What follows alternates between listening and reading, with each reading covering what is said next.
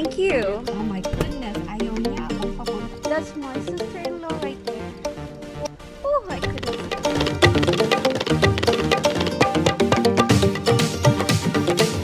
Hello mga ka-friendship ko dyan. It's me again, Mayan. So, ikukwento ko po kung anong nangyari doon sa concert. OMG, ang concert na yun. So, ganito na. Ready na ang lola niyo. Meron na akong camera. Yung phone ko ready na. Meron na din akong selfie stick. Meron akong tripod. Oh, talaga naman. Yung tripod ko naman, maliit lang naman. Naka-connect doon sa aking camera. So, We're on our way to our concert. See you guys. Oh, there she is. Hi, Karen. So, matagal ko na itong pinag-isipan na kung anong gagawin ko sa concert na to. So, nung umaga pa ay nag-shopping na ako ng pang-lunch namin. Kasi gusto ko na kakain muna kami bago kami pupunta doon. Kasi alam niyo naman yung mga pagkain doon, hindi naman talaga kasarapan, you know. At saka, mahal din. Sobrang mahal. So, ang balak namin, punta na lang kami doon for the drinks. So, ayan na, kumain na kami, naka-ready na, paalis na kami. Nung paalis na kami, ayan, naka-video na ang lola. Eto na, video na siya.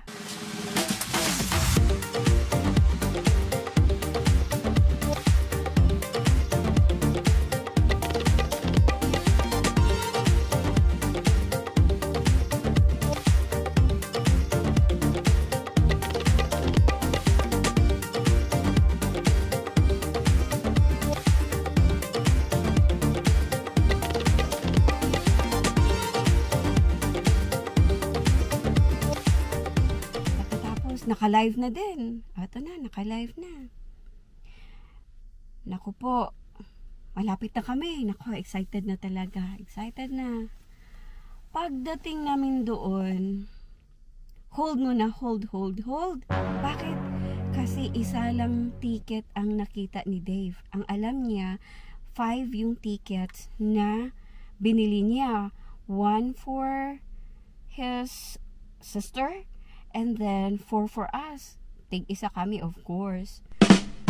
So, hinahanap na niya. Okay, hanap ng hanap. Go.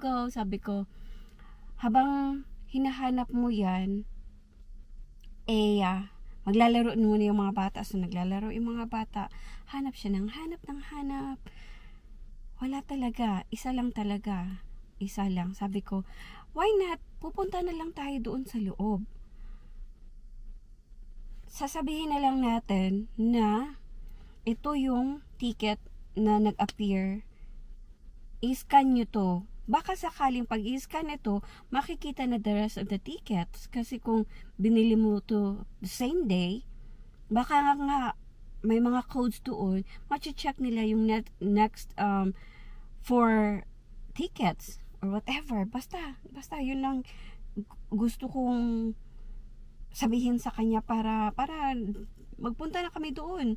So, while doing that, while hinahanap niya yun, sabi niya, i-ask mo si Yoshi kung nandiyan ba yung phone niya.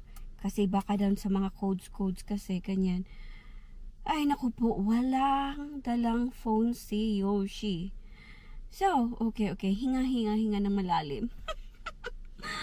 So, nagpunta mo ng restroom yung kapatid niyang babae and him.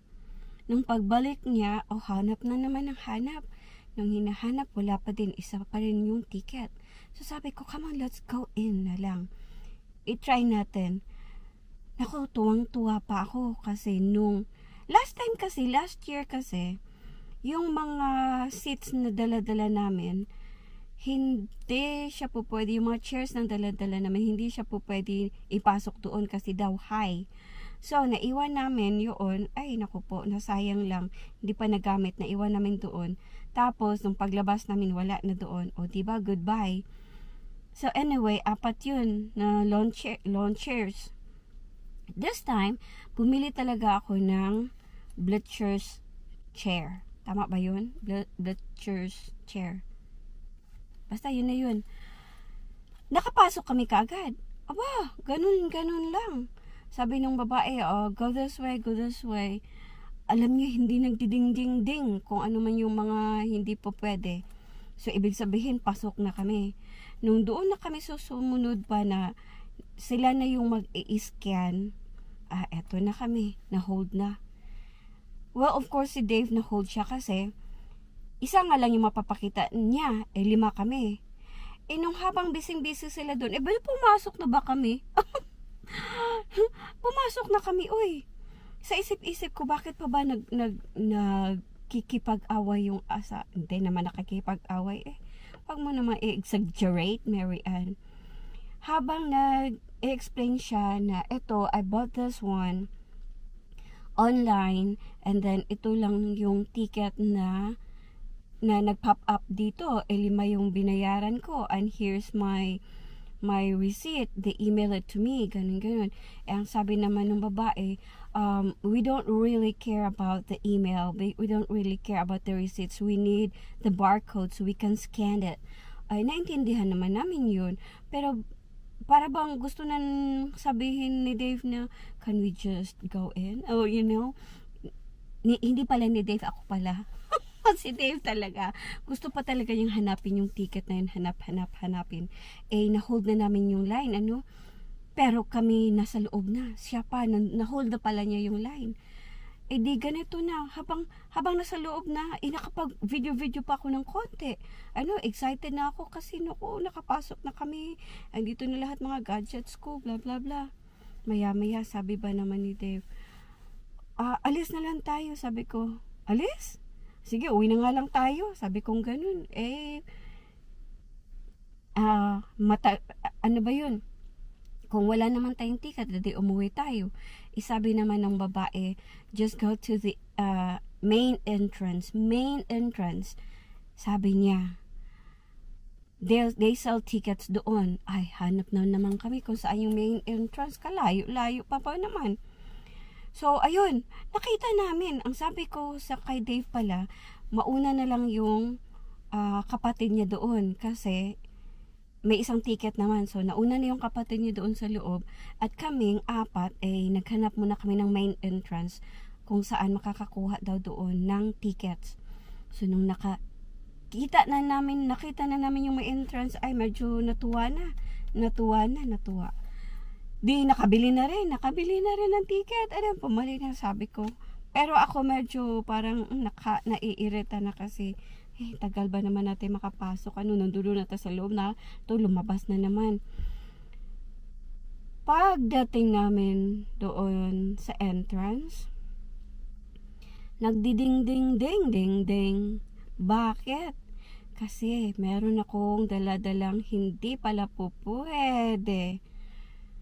Ay, naku, yung selfie stick ko, hindi po pwede. Sabi ng guard, what is it? Sabi ko, it's a selfie stick. Sabi niya, no, we cannot let you in with that. Tapos sabi ko, it's small, it's short. No, we couldn't, it's dangerous. Ganun. Ay, okay, so well, I'll just throw this away, sabi ko sa asawa ko. I'll just throw this away. Kasi mura lang naman yun para sa akin. Mura lang naman yun. Mabibili ko pa yun. Di sabi naman ng guard, here, I have a deal for you. Just leave that there on that corner. But then, I cannot promise you that when you come back, it's still there. Sabi ko, oh, it's okay. So, nilagay ko na doon sa gilid, tago ko pa ng konti. Ayun, sabi ko, pag nakita ng iba kukunin, that's fine, they can have it, ganun. So, pasok na kami, iniscan na yung ticket ni Dave. OMG, before ma-scan yung akin, in-stop na naman ako ng unang guard. Sabi niya, what's that? Kasi nakalimutan ko, meron pala yung phone ko palang, yung camera ko, nilagay ko lang dito sa chest ko, dito sa bebs ko. Tapos, hindi ko naman alam kasi na hindi pala po pwede. Wala lang.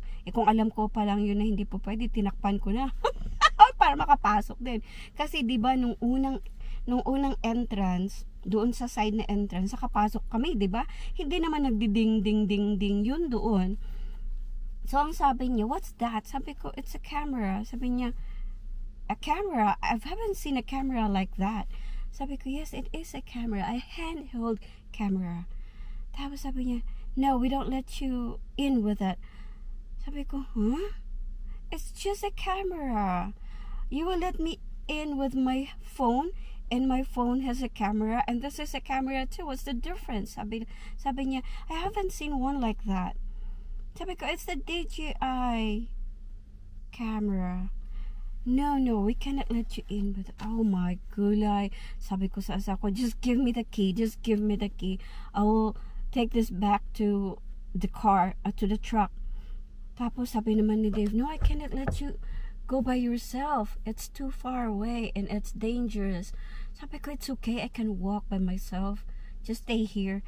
Sabi niyo, I cannot let you do that. Oh my goodness, ayaw niya akong papuntahin na mag-isa.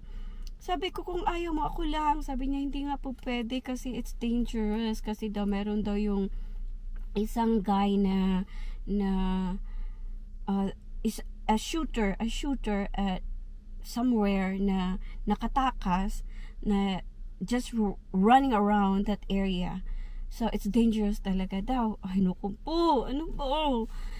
So, ang sabi niya sa akin, alam na niya na nagagalit na ako. Sabi ko sa kanya, sabi niya sa akin, I'm a good hider.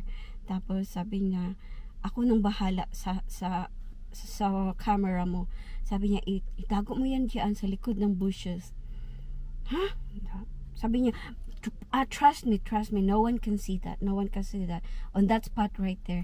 So nilagay ko din, nung nilagay ko doon, binalot ko siya doon sa hat ko, yung hat ko puti, kasi ayokong madumihan. Ngayon sabi niya, no, take that back, kunin ko daw yung hat ko kasi daw makikita, kasi white siya Tapos, ay, naku, bumalik naman ako doon. Bushes yun. Tapos, may mga tinik-tinik pa. Bumalik naman ko, kinuha ko yung hat. Naku, talaga, naku. Nakakainis na talaga. So, ayun na. Pumasok na kami. Nakapasok na. Nung pumasok kami doon, ayun ako po. Parang wala talaga ako sa mood. Kasi yung pinaplano ko ng katagal-tagal, wala nangyari. So, pagkatapos nung nasa loob na kami, bumili kami ng drinks, gano'n, yung mga bata. Si Jaden pagod, tsaka ano na siya, thirsty. So, okay, bumili kami ng mga drinks, blah, blah, blah, and then nakaupo na kami doon, nakahanap na kami ng spot. And then, while the concert going, ako naman ay nakahiga na. Nakahiga na ang lola niyo. Bakit? Kasi nga wala ako sa mood.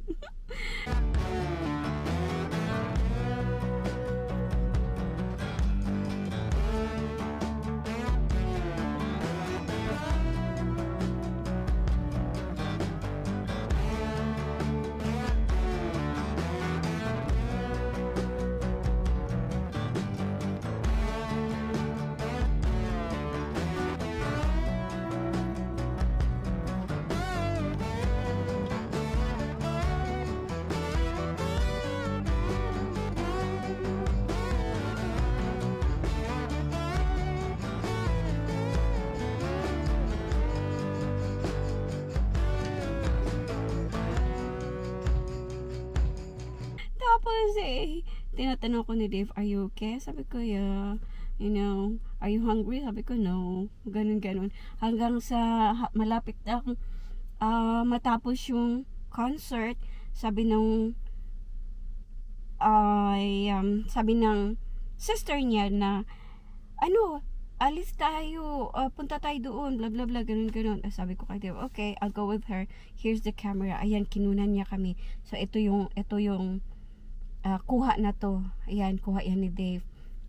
Tapos kumuha na din siya ng mga some clips from the concert. Ayan. Ako, hindi na ako, bahala kayo sa buhay niyo dyan. Ayoko na. So medyo okay na ako noon. Hanggang sa umuwi na kami. Pag uwi namin, dumaan na naman yung mga bata sa swing. Pagpunta sa swing, nagpunta din sa Dave. Ito na talaga. He made my day or he made my night. Pagdating doon, inayos-ayos daw niya yung pet niya. Pag ayos niyang ganun, bumagsak siya. Super ang tawa ko. Ito ang video na to.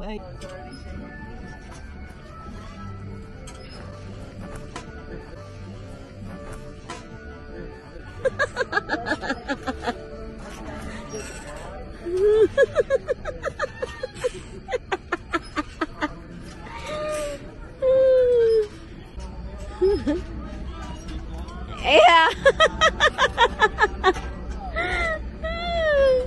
To, ayan, diba? Bumagsak yung pet niya. So, ayan, nawala na yung sapot ko, nawala na yung galit ko, nawala na yung kung ano-ano.